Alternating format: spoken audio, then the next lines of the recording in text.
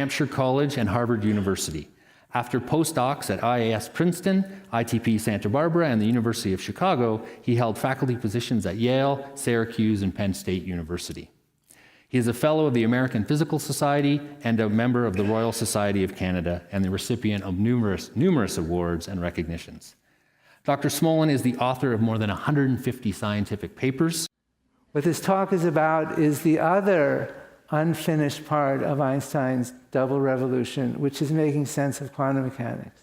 You've all heard of Schrodinger's cat, which is dead and alive and who knows what, and can't you tell from the smell before you open the box? And we've heard of particles that are here and there and waves and particles, and it sounds like it doesn't make any sense. And the real story, the point of view that I want to discuss today, is that in fact it doesn't make any sense because it's wrong. And I'm proud to be standing here where Roger Penrose was just a couple of weeks ago, and he said the same thing. Now, some people are polite and we say it's incomplete, but we really mean, and this Roger chided me for, why don't we just say it's wrong? Because that's really what we mean when we say it's incomplete. Now, part of the story of this talk is that several of the key founders of quantum mechanics were not realists. They didn't believe that nature existed independently of our interaction with it. They didn't believe that the atoms that they were developing a theory. Remember, that's what quantum mechanics was to be. It was to be a theory of radiation, electrons, and atoms, and explain the interaction of those things, and nuclei, and solids, and metals, and everything else in nature. But specifically, it started off with as a theory of radiation, and then a theory of atoms.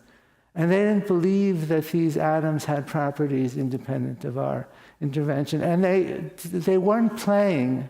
They deeply didn't believe that. They've seen the destruction of European civilization and everything that had been built up and all the optimism and hopefulness of the 19th century.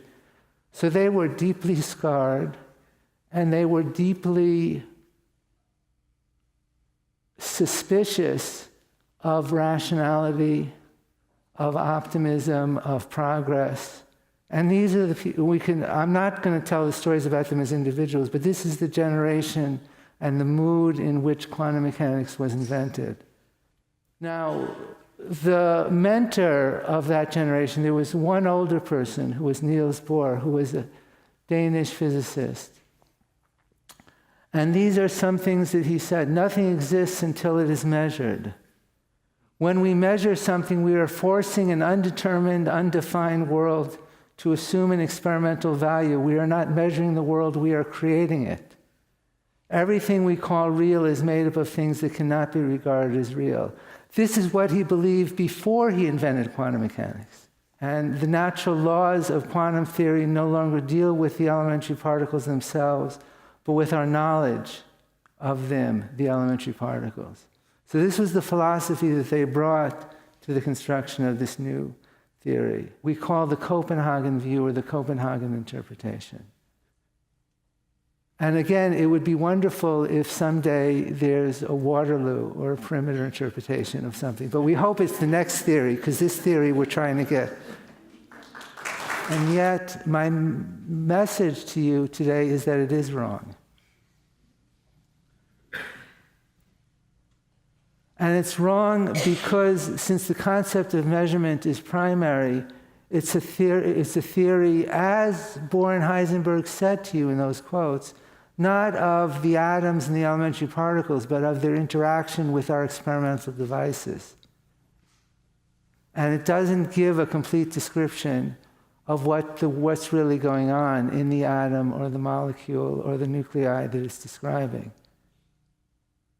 So, Rule 1 says every possible outcome occurs in some sense. Rule 2 says there's just one outcome, and it's picked out with some probability rule. So that seems to me to contradict each other. Is there one outcome, or are there all outcomes? It doesn't cut it with me. I think people who try to defend the present situation are defending are holding up progress because there's an opportunity. And the opportunity is to break through and understand quantum physics for real, and not in terms of this weird two-rule game. In quantum mechanics, there is an interpretation of quantum mechanics in which all outcomes happen, but our consciousness somehow splits every time there is a choice of different outcomes, so that the universe appears to split into many different versions as time goes on. There are a lot of professional physicists and philosophers of physics who think this is an interesting, important idea. Our good friends, many of them, and people I deeply respect who have spent decades thinking about this proposal.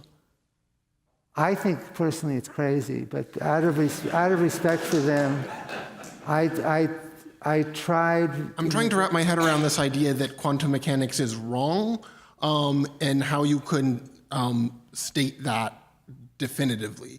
Because we've clearly, as you mentioned, have experimented with the theory of quantum mechanics and established correct results.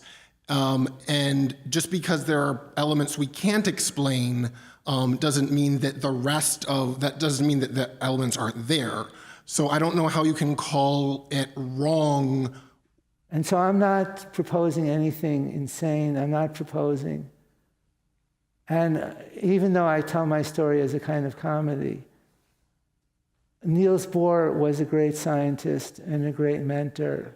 Werner Heinsenberg was a great scientist, as were Pauli and many, many of the other people who flocked to work with him. There were good reasons to celebrate their success. But the theory is still wrong. And I insist on that. If you don't let me say that, then you're not going to let me say that Ptolemy's theory was wrong. Ptolemy's theory gave three-place accuracy over several hundred-year timescales for the positions of the planets, the moon. Maybe there are moons, who knows? The moon, et cetera, on the sky. Yet we're very comfortable saying that Ptolemy's theory was completely wrong. But for 1,000 years, it gave three-point accuracy.